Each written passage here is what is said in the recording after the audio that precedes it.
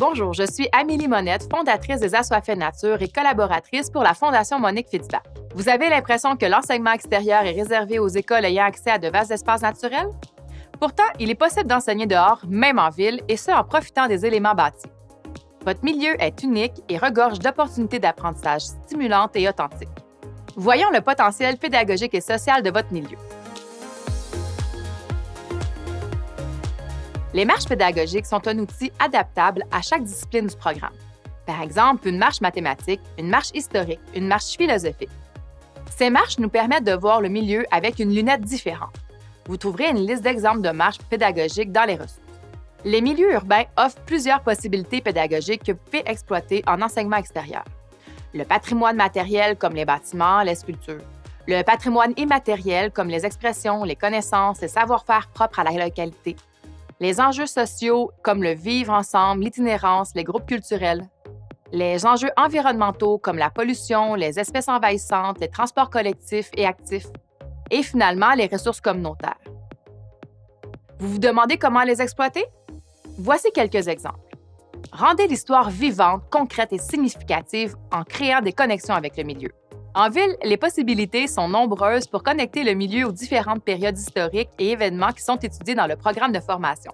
Par exemple, les noms des rues, les plaques et monuments commémoratifs, le nom du parc à proximité et l'histoire derrière sa création, une artère commerciale et les signes de son évolution à travers le temps, les changements industriels et démographiques que la ville a connus.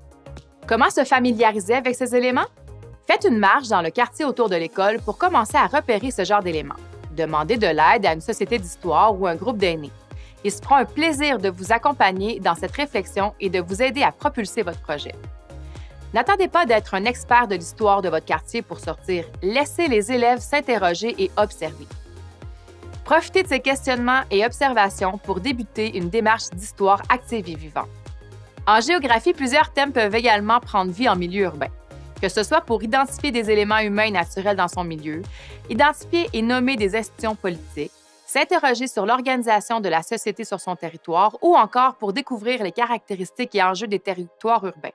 Les mathématiques et les sciences, est-ce aussi possible en milieu urbain? Absolument.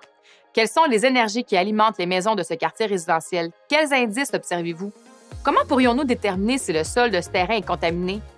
Comment s'opère la gestion des eaux en ville? Le fonctionnement des égouts et du ruissellement des eaux pourrait être exploré. Comme vous le voyez, il y a de nombreuses façons de réviser des concepts ou de mettre en pratique des connaissances et des stratégies en utilisant son milieu. Ces sorties terrain peuvent servir d'amorce, de mise en contexte ou de réinvestissement. De plus, à chaque fois que vous sortez dans votre milieu, vous permettez aux jeunes de bouger, de réveiller leur sens, de développer leur curiosité et de mettre à profit leur connaissance du milieu. C'est à la fois valorisant et stimulant pour les élèves. L'enseignement extérieur en milieu urbain est aussi porteur pour aider les jeunes à s'intégrer et à profiter de leur milieu. Vos sorties les amèneront à découvrir différentes activités de plein air du secteur. Elles permettront de mieux connaître la communauté et les services offerts. Les enjeux sociaux et environnementaux du quartier peuvent être abordés à travers différentes lunettes comme les mathématiques, les sciences, l'histoire ou les langues. Par exemple, en les impliquant dans les enjeux citoyens locaux, ça permet de rendre les apprentissages de vos jeunes concrets et significatifs, comme par exemple la participation à une consultation publique concernant le nouveau parc à construire. Des solutions pourraient être apportées par les élèves au conseil municipal. Ou encore apporter une solution concrète concernant l'accumulation des déchets dans la rue et proposer cette solution au voisinage. Gardez en tête que la communauté peut être une ressource pour vous et votre école, mais aussi que vos jeunes peuvent devenir une ressource pour la communauté. Lors d'une sortie, vos élèves ont-ils remarqué que, par exemple, le centre d'interprétation du quartier était peu mis en valeur, qu'il semblait peu fréquenté par les résidents, ou bien que le sentier dans le boisé municipal était mal entretenu? Les enjeux et idées soulevés par vos élèves sont des opportunités en or de les engager dans une démarche pédagogique stimulante. C'est donnant-donnant pour tout le monde. L'enjeu travaillé leur permet de mobiliser leurs connaissances et leurs compétences, les jeunes ont du plaisir et se sentent utiles, et la communauté bénéficie de leur énergie et de leur créativité pour améliorer les milieux.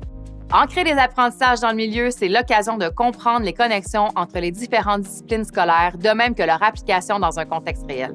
Bonne sortie!